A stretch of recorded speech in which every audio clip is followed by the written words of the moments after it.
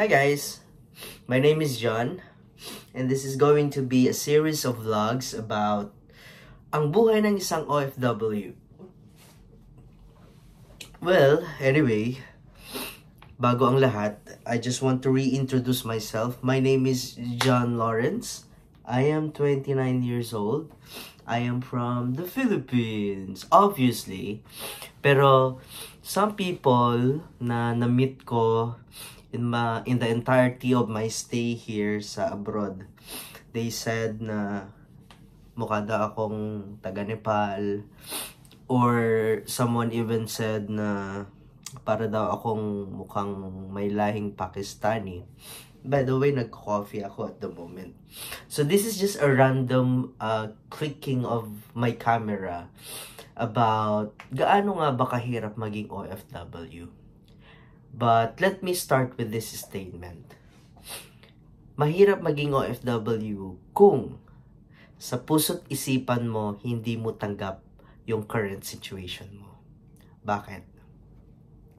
I came here na may final na leave sa aking recent na trabaho. Actually, I cannot call it recent pa kasi until now, nasa work pa rin ako na yon, or ibig sabihin, I am still an employee of that school kasi I'm a teacher by profession.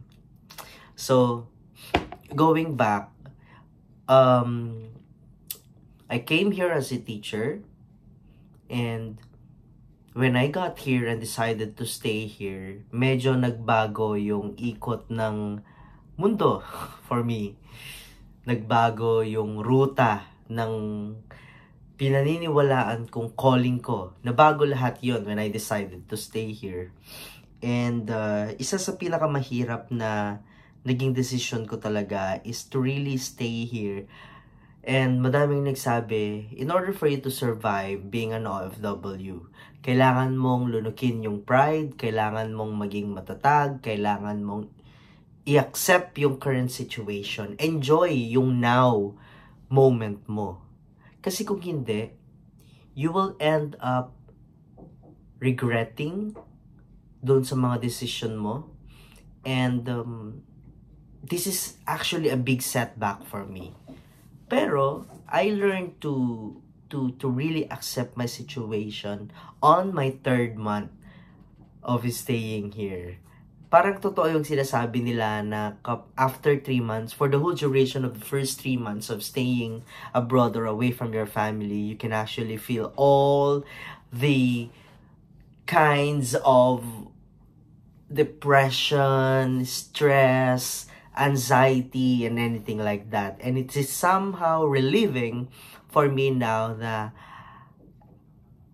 alam mo, parang hindi pala siya ganun kadali, pero magiging madali lang siya if